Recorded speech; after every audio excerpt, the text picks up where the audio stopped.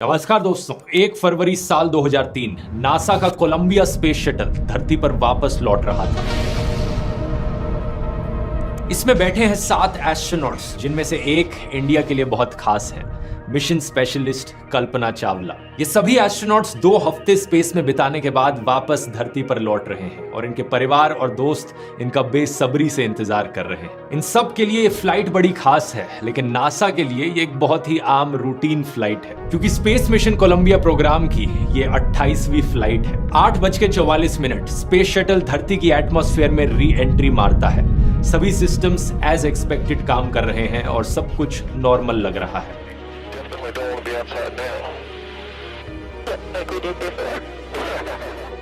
धरती पर space centre में मौजूद है कैप्सूल कम्युनिकेटर कैपकॉम चार्ली होबॉक। ये वो इंसान है जो स्पेस शटल के साथ कम्युनिकेट कर रहे हैं। कुछ ही मिनटों बाद चार्ली होबॉक स्पेस शटल में बैठे एस्ट्रोनॉट्स के साथ टायर प्रेशर की रीडिंग्स को लेकर बात करते हैं। And Columbia, Houston, we see your tire pressure messages and we did not copy your last. Instrumentation, Max.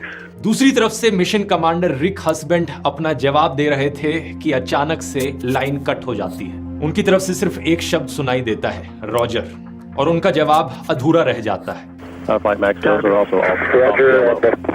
Charlie होबॉक दोबारा से कम्युनिकेशन बनाने की कोशिश करते हैं, लेकिन दूसरी तरफ से कोई जवाब नहीं।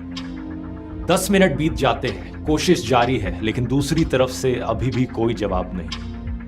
Columbia, Houston, UHF, com check. Space centre में मौजूद नासा की ये टीम इस बात से अनजान है कि कोलंबिया स्पेस शटल में एक धमाका हो गया है। कुछ ही मिनटों बाद कैनेडी स्पेस सेंटर पर एक कॉल आती है। जरा टीवी ऑन करके न्यूज चलाओ। न्यूज में कुछ ऐसे दृश्य दिख रहे थे। They've lost contact. We can only hope that what we're seeing is not the worst. If anybody knew what just blew up going across next ocean. I saw a fireball. I looked up and it was in 15 feet. जमीन पर मौजूद कुछ लोगों ने आसमान की तरफ देखा तो उन्हें यह दिखाई दे रहा था, मानो एक कॉमेट सा गिर रहा हो। चमकीली सी रोशनी ये 2 टुकड़ों में टूट जाता है और फिर और टुकड़ों में बिखरने लगता है। इस चमकीली सी रोशनी के बिखरे हुए हिस्से धरती की तरफ गिर रहे हैं। 9:12 टेक्सास स्टेट में स्पेसशिप के टुकड़े आसमान से गिरने लगते हैं। नासा को अब तक एहसास हो गया था कि यहाँ एक बेहद खतरनाक हादसा हुआ है। कुछ घंटों बाद प्रेसिडेंट जॉर्ज बुश देश को एड्रेस करते हैं। My fellow Americans, this day has brought terrible news and great sadness to our country. The Columbia is lost. There are no survivors. सातों के सातों एस्ट्रोनॉट्स मारे जाते हैं और इनमें से एक थी 40 साल की Indian born American Kalpana Chawla, एक ऐसी महिला जिनकी दास्तां पूरे देश के लिए इंस्पिरेशन बन गई। आइए जानते हैं इनकी पूरी कहानी आज के इस वीडियो में।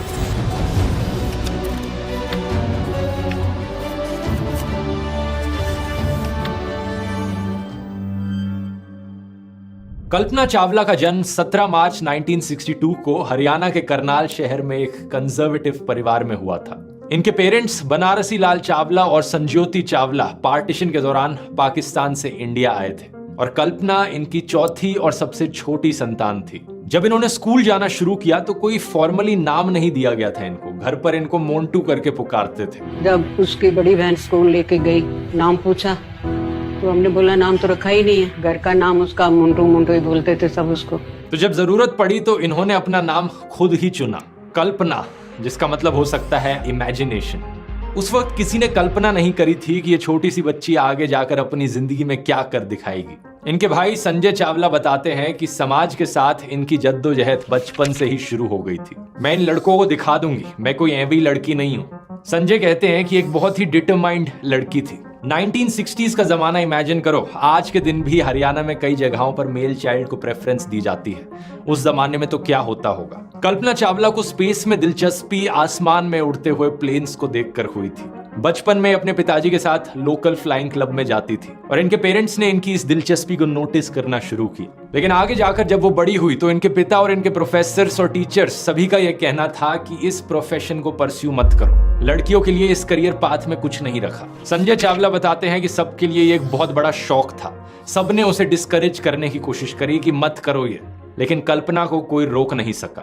पंजाब इंजीनियरिंग कॉलेज से ये एरोनॉटिकल इंजीनियरिंग में अपनी बैचलर्स डिग्री कंप्लीट करती हैं और उसके बाद चली जाती हैं ये अमेरिका अपनी मास्टर्स डिग्री करने के लिए यूनिवर्सिटी ऑफ टेक्सास से। इवन दो इनके पिता इसको लेकर भी डिसअप्रूव कर रहे थे कि बाहर पढ़ने नहीं जाना चाहिए। Because I lived in India in a very small town and forget about space, I didn't even know if my folks were going to let me go to the engineering college. आगे चलकर साल 1988 में ये PhD भी कर डालती हैं aerospace engineering में यूनिवर्सिटी ऑफ कोलोराडो से। इस वक्त इनकी उम्र करीब 26 साल थी और नासा के एम्स रिसर्च सेंटर में ये काम करने लगती हैं। इनकी स्पेशलाइजेशन फ्लूइड डायनेमिक्स एयरक्राफ्ट की, यानी इस चीज को स्टडी करना कि जो हवा है वो फ्लूइड की तरह किस तरीके से फ्लो करती है एयरक्राफ्ट्स के विंग्स के अराउंड और चारों तरफ से।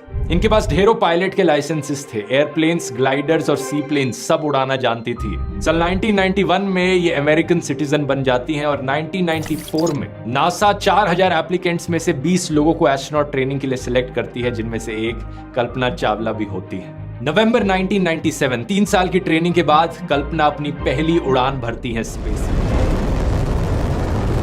कोलंबिया प्रोग्राम के अंडर फ्लाइट STS-87 इस स्पेस शटल में बैठकर ये 250 से ज्यादा ऑर्बिट्स लगाती हैं धरती के, 2 हफ्ते तक स्पेस में रहती हैं। STS का full form space transportation system, ये ऑफिशियल नाम था नासा के स्पेस शटल प्रोग्राम का। ये प्रोग्राम चौथा ऐसा प्रोग्राम था जिसमें ह्यूमन स्पेस फ्लाइट्स होती थी। पहला प्रोजेक्ट मर्करी, फिर प्रोजेक्ट जेमिनी और फिर सबसे फेमस वाला अपोलो प्रोग्राम और फिर ये वाला प्रोग्राम जो साल 1981 में शुरू हुआ। ये इतिहास का सबसे लंबा ह्यूमन स्पेस फ्लाइट प्रोग्राम था जो 2011 तक चला। यहाँ नासा का फोकस था रीयूजेबिलिटी, एक ही स्पेस शटल को बार बार ऊपर नीचे लेकर आया जाए, हर बार नए स्पेस शटल्स बनाने की जरूरत ना पड़े। 2 मेन स्पेस शटल्स थे जो इस प्रोग्राम में यूज किए गए। पहला था चैलेंजर और दूसरा कोलंबिया स्पेस शटल। इस कोलंबिया डिजास्टर के बाद डिस्कवरी, एटलांटिस और एंडेवर स्पेस शटल्स भी इस्तेमाल किए गए, जो कि आज के दिन आपको म्यूजियम्स में मिल जाएंगे। इन सभी में से कोलंबिया पहला स्पेस शटल था जो स्पेस में गया अप्रैल 1981 में। डिजास्टर से पहले 27 सक्सेसफुल मिशन ये कंप्लीट कर चुका था। अब आप यहां सोचोगे क्या एक शटल को इतनी बार यूज करना सेफ था? क्या यही कारण तो नहीं है इस डिजास्टर के पीछे? जवाब है नहीं। STS प्रोग्राम को स्पेसिफिकली रीयूजेबिलिटी के लिए ही डिजाइन किया गया था। हर फ्लाइट के बाद एक बहुत ही लंबा प्रोसेस होता था शटल्स को इंस्पेक्ट करने का, रिपेयर करने का और इन्हें रिफर्बिश करने का। कोलंबिया हादसे के पीछे जो एक्चुअल कारण था वो एक बहुत ही माइनर रीजन था, जिसकी बात आगे वीडियो में करते हैं। लेकिन एज अ कॉन्सेप्ट इस STS प्रोग्राम में कुछ गलत नहीं था। कोलंबिया स्पेस शटल की जो 24th फ्लाइट थी वो कल्पना चावला की पहली स्पेस फ्लाइट थी। STS-87 इसमें वो मिशन स्पेशलिस्ट का काम कर रही थी। फ्लाइट में एक रोबोटिक आर्म की वो मेन ऑपरेटर थी। इस फ्लाइट में उनका काम था एक रोबोट आर्म को ऑपरेट करना जो स्पार्टन सैटेलाइट को डिप्लॉय करे, एक ऐसी सैटेलाइट जिसे भेजा जाएगा सूरज की बाहर की लेयर को स्टडी करने के लिए। लेकिन इस मिशन के दौरान कुछ ऐसा होता है जिससे उनका कॉन्फिडेंस थोड़ा हिल सा जाता है। 1360 किलो की ये सैटेलाइट आउट ऑफ कंट्रोल चले जाती है और ये उसे रिट्रीव नहीं कर पाती। 3 दिन बाद एक स्पेस वॉक करके इस सैटेलाइट को वापस लाना पड़ता है। लेकिन बाद में नासा के साइंटिस्ट इन्हें एक्चुअली में कांग्रेचुलेट करते हैं और इनकी तारीफ करते हैं। यूनिवर्सिटी ऑफ टेक्सास की मैगजीन को बताती हैं, Casey you did a great job. बहुत बड़े सीनियर एस्ट्रोनॉट्स ने उन्हें ये कहा था। पता चलता है कि गलती उनकी नहीं थी बल्कि शटल क्रू में मौजूद किसी और की गलती थी। इस सक्सेसफुल मिशन के चलते कल्पना पहली इंडियन ओरिजिन औरत बन जाती है स्पेस में जाने वाली और पहली साउथ एशियन अमेरिकन वुमेन भी। उस वक्त के Indian prime minister Indra Kumar Gujral ने इन्हें कांग्रेचुलेट भी किया था। Yes, Mr. Gujral, I hear you loud and clear. How do you read me? Kalpana, we are proud of you, each one of us who has done such a pioneering work. Thank you, sir. Thank you very much. और कल्पना खुद कैसा feel कर रही थी पहली बार space में जाकर? उनका कुछ ऐसा कहना था। जब आप आसमान की तरफ देखते हो, तारों और गैलेक्सीज की ओर, आपको ऐसा महसूस होता है कि आप किसी छोटे से जमीन के टुकड़े के हिस्से नहीं हो, बल्कि पूरे सोलर सिस्टम, पूरे ब्रह्मांड का एक हिस्सा हो। मतलब किसी शहर, किसी देश या किसी कॉन्टिनेंट से पहले हम इंसान पूरी धरती और सौर मंडल को बिलोंग करते हैं। ये फ्लाइट 16 दिन तक चली थी और इसमें कई और साइंटिफिक एक्सपेरिमेंट्स भी करे गए, जैसे कि ये देखा गया कि माइक्रो ग्रेविटी में प्लांट की रिप्रोडक्शन कैसे काम करती है। लेकिन इससे भी ज्यादा दिलचस्प वो एक्सपेरिमेंट्स थे जो इनकी दूसरी और आखिरी फ्लाइट में करे गए क्रैश से पहले। 16 जनवरी 2003 सुबह के 10:29 कोलंबिया स्पेस शटल आखिरी बार इस धरती से रवाना होता है।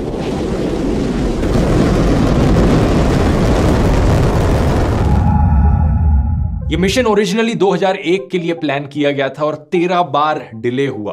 फाइनली 2003 में जाकर केनेडी स्पेस सेंटर से ये लॉन्च होता है। मिशन STS-107, इसमें टोटल में 7 एस्ट्रोनॉट्स थे जिन्हें लीड कर रहे थे कमांडर रिक हस्बैंड। एक पेलोड कमांडर थे माइकल एंडरसन और 3 मिशन स्पेशलिस्ट थे जिनमें से एक कल्पना चावला थी। पायलट थे विलियम मैककूल और इजराइल स्पेस एजेंसी से एक इलान रामोन भी थे जो पेलोड स्पेशलिस्ट थे।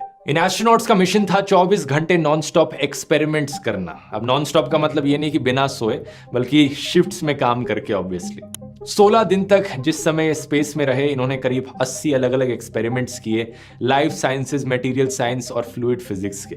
कल्पना चावला फोकस कर रही थी माइक्रोग्रेविटी पर कि कैसे स्पेस में कंबशन होती है, कैसे आग को सप्रेस किया जा सकता है, कैसे क्रिस्टल ग्रोथ होती है और इवन प्रोस्टेट कैंसर कैसे ग्रो करता है स्पेस में। ज्यादा डिटेल्स में ना जाते हुए ये चीज काफी दिलचस्प थी क्योंकि धरती पर मौजूद लेबोरेटरीज में जब सेल्स ग्रो करते हैं तो वो 2 डायमेंशनल मोनो लेयर्स में ग्रो करते हैं कल्चर डिशेस में, लेकिन स्पेस में सेल्स 3 डायमेंशंस में ग्रो करते हैं स्फीयरॉइड्स की शेप में। सिमिलर तरीके से हमारी बॉडीज में कैंसर के ट्यूमर्स भी बनते हैं, तो इससे ट्यूमर बिहेवियर को समझने में काफी मदद मिली। इस मिशन में स्पेस हैब नाम की एक कंपनी ने भी नासा के साथ कोलैबोरेट किया था जिसकी मदद से दुनिया भर की यूनिवर्सिटीज, कंपनीज और सरकारी एजेंसीज स्पेस में अपनी रिसर्च कर सकती थी बिना खुद से स्पेस में जाए। मतलब उनके बिहाफ पे ये एस्ट्रोनॉट्स एक्सपेरिमेंट्स कर रहे थे।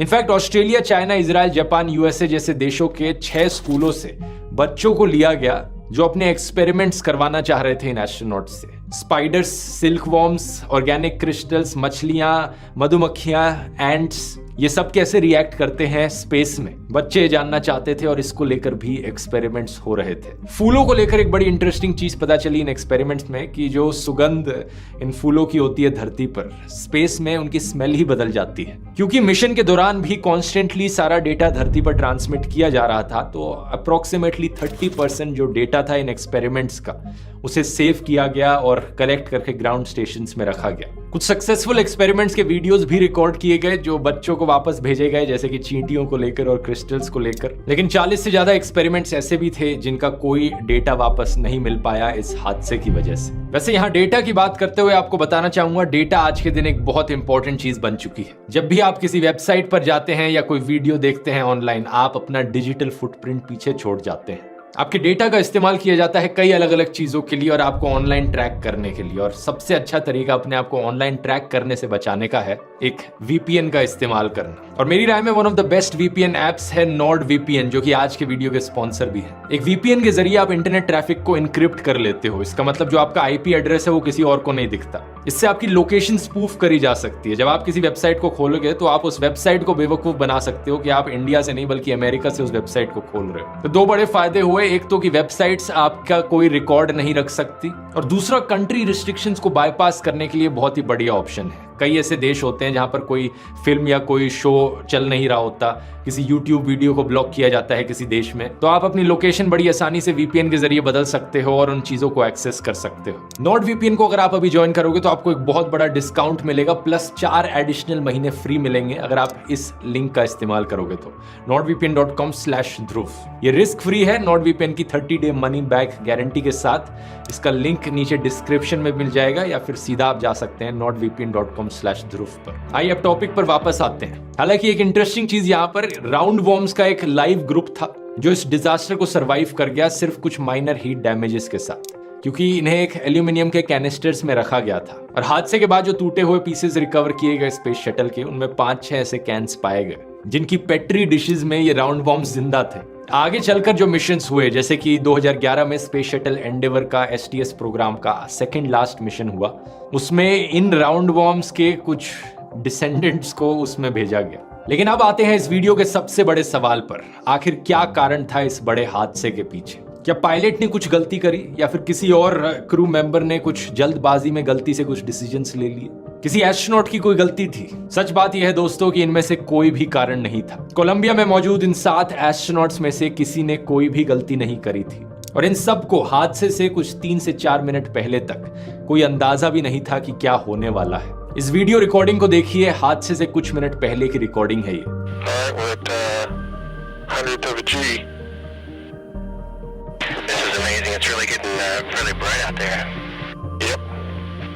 We definitely don't want to be outside now. Like we did before. I don't have to back my point. Astronauts हंसी मजाक कर रहे हैं। कल्पना चावला भी कुछ बात कर रही हैं। ये सिर्फ 8:58 पर ही था कि यहाँ बैठे एस्ट्रोनॉट्स को एक इंडिकेशन मिलता है कि सब कुछ जैसा होना चाहिए वैसा हो नहीं रहा है। कोलंबिया के बैकअप फ्लाइट सॉफ्टवेयर ने डिस्प्ले पर कुछ मैसेजेस दिखाए, ये बताने के लिए कि स्पेस शटल के लेफ्ट साइड वाले लैंडिंग गियर के 4 पहियों पर प्रेशर लॉस हो गया है। और ये वार्निंग एग्जैक्टली 1 मिनट पहले आई थी, उस समय से जब कोलंबिया ने धरती से सिग्नल खो दिया था। जमीन पर बैठे कैपकॉम इसी चीज को लेकर कम्युनिकेट करने की कोशिश कर रहे थे। अब कैसा लगेगा अगर मैं कहूं, हालांकि एस्ट्रोनॉट्स को कोई जानकारी नहीं थी इसके बारे में, लेकिन नासा में कुछ लोग इस प्रॉब्लम के बारे में जरूर जानते थे। हादसे से 1-2 घंटे पहले नहीं बल्कि पूरे 16 दिन पहले उनको ये चीज पता थी जिस दिन ये शटल लॉन्च हुई थी। बात यह है कि कोलंबिया की लॉन्च के 81 सेकंड बाद एक फोम का छोटा सा टुकड़ा शटल से अलग होकर लेफ्ट विंग पर जाकर टकरा गया था। यह फोम उनमें से था जिसको यूज किया जा रहा था कोलंबिया के एक्सटर्नल टैंक को मेन शटल से कनेक्ट करने के लिए। ज्यादा बड़ा टुकड़ा नहीं था, सिर्फ 60 सेंटीमीटर लंबा और करीब 40 सेंटीमीटर चौड़ा था। इसका वजन सिर्फ 750 ग्राम था, लेकिन ये लेफ्ट विंग पर जाकर इतनी तेजी से टकराया कि इसकी वेलोसिटी उस वक्त एस्टिमेट करी जाती है कि 700 से लेकर 900 किलोमीटर प्रति घंटे के बीच में होगी। इस चीज के होने के 2 से 3 दिन बाद नासा के कुछ इंजीनियर्स ने STS प्रोग्राम के मैनेजर रॉन डी डिटरमोर को बोला कि पिक्चर्स लिए जाएं इस डैमेज को पता करने के लिए कि यहाँ क्या डैमेज हुआ है स्पेस शटल को। हम अपनी अमेरिकन स्पाई सैटेलाइट्स का इस्तेमाल कर सकते हैं। लेकिन इंजीनियर्स ने बताया कि चीफ ने इस रिक्वेस्ट को मना कर दिया था। यही कारण है कि जब ये चीज बाद में पता चली तो हादसे के बाद अप्रैल 2003 में इन्होंने अपनी पोजीशन से इस्तीफा दे दिया, अपनी गलती स्वीकार करते हुए। 2008 में आई स्पेस जर्नलिस्ट माइकल कैबेज और विलियम हार्डवुड की किताब कॉमचेक ने यह बताया कि डिपार्टमेंट ऑफ डिफेंस तैयार थी अपने स्पाई कैमरास इस्तेमाल करने के लिए, लेकिन ऑफिशियल्स ने मना कर दिया था। एक इंटरनल कमीशन बनाया गया था इस चीज में जांच करने के लिए, जिसका नाम था Columbia accident investigation board, short में CAIB। अगस्त 2003 में इस कमीशन ने अपनी एक बहुत बड़ी रिपोर्ट निकाली जिसमें डिटेल में एक्सप्लेन किया कि ये कोलंबिया डिजास्टर क्यों हुआ था और किस कारण की वजह से हुआ था। इस रिपोर्ट में एक बार फिर से मेंशन किया गया था नासा की नेग्लिजेंस को, नासा के human space flight chief William Reddy का फेलियर, इस ऑफर को ना एक्सेप्ट करना कि स्पाई सैटेलाइट्स का इस्तेमाल करके हम शटल के डैमेज को देख लें। यही कारण कि इस डैमेज को जांचा नहीं जाता और अगले 15 दिन तक ये मिशन एज पर प्लान चलता है, अंटिल 1 फरवरी जब मिशन खत्म होने के बाद स्पेस शटल को धरती पर वापस लौटना था। स्पेस शटल के लेफ्ट विंग पर ये जो डैमेज हुआ था इसकी वजह से एक छोटा सा होल आ गया था और धरती के एटमॉस्फेयर में नीचे आते हुए ये डैमेज और बड़ा होता गया। एक छोटे से होल की वजह से हवा लीक करने लगी और आमतौर पर एक थर्मल प्रोटेक्शन सिस्टम होता है जो स्पेस शटल के अंदर टेम्परेचर मेंटेन करता है, लेकिन हवा की वजह से ये होल और बड़ा होता गया और देखते ही देखते एक सूटकेस जितना बड़ा इंसुलेशन का पीस टूट चुका था। कोलंबिया का एक बहुत बड़ा हिस्सा अब बाहर की आग और गैसेस से एक्सपोज हो रहा था। इसकी वजह से पहले लेफ्ट विंग में लगे सेंसर्स काम करना बंद कर जाते हैं, टेम्परेचर रीडिंग्स नहीं मिल पाती, फिर टायर प्रेशर की रीडिंग्स गायब हो जाती हैं और देखते ही देखते ये स्पेसक्राफ्ट टुकड़ों में बिखरने लगता है। जमीन पर मौजूद लोग इस वीडियो को कैप्चर करते हैं जिसमें ब्राइट फ्लैशेस दिखते हैं। एक छोटे से फोम के टुकड़े की वजह से ये पूरा हादसा होता है और 7 लोग अपनी जान गंवा देते हैं। लेकिन यहाँ पर यह चीज भी मेंशन करनी जरूरी है कि 2003 में जो CAIB की रिपोर्ट निकली थी इसने बताया कि ऐसे फोम स्ट्राइक्स रेगुलरली होते हैं स्पेस शटल के लॉन्चेस में। 79 मिशंस जिनकी फोटोज अवेलेबल थी लॉन्च के दौरान, उनमें पाया गया कि 65 में ऐसी फोम स्ट्राइक्स पहले भी देखने को मिली हैं। तो ये बड़ी कॉमन चीज थी ऐसे फोम स्ट्राइक्स होना। लेकिन इस फोम स्ट्राइक के बारे में प्रॉब्लम वाली बात ये थी कि ये टुकड़ा गलत समय पर गलत जगह जाकर टकरा गया। हादसे के 5 साल बाद दिसंबर 2008 में एक और रिपोर्ट सामने आती है, Columbia crew survival investigation report. इससे पता चलता है कि कैबिन प्रेशर डिस्टर्ब होने की वजह से एस्ट्रोनॉट्स की मौत कुछ ही सेकंड के अंदर हो गई थी। जब कोलंबिया स्पेस शटल वायलेंट तरीके से बिखर रहा था तो उन्हें कोई हीट या डैमेजेस इस तरीके से सहने नहीं पड़े। इस रिपोर्ट में क्रू के आखिरी मिनटों को रिकंस्ट्रक्ट करने की कोशिश करी गई। क्या हुआ उन आखिरी मिनटों में? चारों तरफ वार्निंग साइंस और अलर्ट्स बज रहे थे, टायर प्रेशर की प्रॉब्लम, लैंडिंग गियर की प्रॉब्लम। इस रिपोर्ट में यह भी लिखा गया कि अगर कैबिन में बेहतर इक्विपमेंट मौजूद होती तब भी एस्ट्रोनॉट्स की जान नहीं बचाई जा सकती थी। The breakup of the crew module and the crew's subsequent exposure to hypersonic entry conditions was not survivable by any currently existing capability. इस हादसे के बाद नासा ने स्पेस शटल प्रोग्राम को 2.5 साल के लिए रोक दिया और सबसे इंपॉर्टेंट चीज, फोम रैम का जो डिजाइन था वो भी बदला गया। अब इस तरीके से डिजाइन बदल के किया गया कि इस तरीके से हादसा दोबारा ना हो सके। और थैंकफुली आज के दिन 20 साल बाद भी ऐसा कोई हादसा दोबारा नहीं हुआ है। आगे स्पेस शटल प्रोग्राम को तब तक कंटिन्यू रखा गया जब तक इंटरनेशनल स्पेस स्टेशन बनकर तैयार नहीं हो गया। जुलाई 2011 में जब इसे फाइनली खत्म किया जाता है तब तक 135 मिशंस इस प्रोग्राम में किए जाते हैं और ये 30 साल पूरे कर लेता है। इन 30 सालों में टोटल में 14 एस्ट्रोनॉट्स अपनी जान गंवाते हैं अनफॉर्चुनेट एक्सीडेंट्स में, और इसी में से एक कल्पना चावला। इंडिया अपनी प्राइड को खो देता है, लेकिन कल्पना चावला का इम्पैक्ट लाखों लोगों की जिंदगी पर देखने को मिलता है, डायरेक्टली और इनडायरेक्टली। कल्पना इतनी पैशनेट थी साइंस एजुकेशन को लेकर कि वो चाहती थी कि इंडिया में हर लड़की को ऐसी एजुकेशन मिल सके। यही कारण कि उन्होंने नासा को कन्विंस किया कि उनका जो सेकेंडरी स्कूल था करनाल में, टैगोर बाल निकेतन सीनियर सेकेंडरी स्कूल, उसके स्टूडेंट्स हिस्सा ले सके नासा के समर स्पेस एक्सपीरियंस प्रोग्राम में। 1998 के बाद से हर साल ये स्कूल 2 लड़कियों को अमेरिका भेजता था, ह्यूस्टन में, for the foundation for international space education United space school. और कल्पना चावला इन लड़कियों को अपने घर भी बुलाती थी डिनर करने के लिए। नासा ने कल्पना चावला और बाकी क्रू मेंबर्स को काफी ट्रिब्यूट्स दिए हैं पिछले कुछ सालों में, जैसे कि मार्स पर जो लैंडिंग करी थी नासा ने, उस जगह को कोलंबिया मेमोरियल स्टेशन बुलाया गया। और मार्स और जुपिटर के बीच कई सारे एस्ट्रॉइड्स हैं जिनका नाम इन क्रू मेंबर्स के नाम पर रखा गया। यही कारण कि आज हमारे सोलर सिस्टम में कहीं दूर चक्कर लगा रहा है एक एस्ट्रॉइड जिसका नाम है 51826 कल्पना चावला। ये वीडियो पसंद आया तो ये वाला वीडियो भी जरूर पसंद आएगा। एक और ऐसे हादसे के ऊपर वीडियो है जहां पर एस्ट्रोनॉट्स एक्चुअली में सरवाइव कर गए। हफ्तों तक स्पेस में गुम होने के बाद अपोलो 13 का ये मिशन यहां क्लिक करके देख सकते हैं। बहुत बहुत धन्यवाद।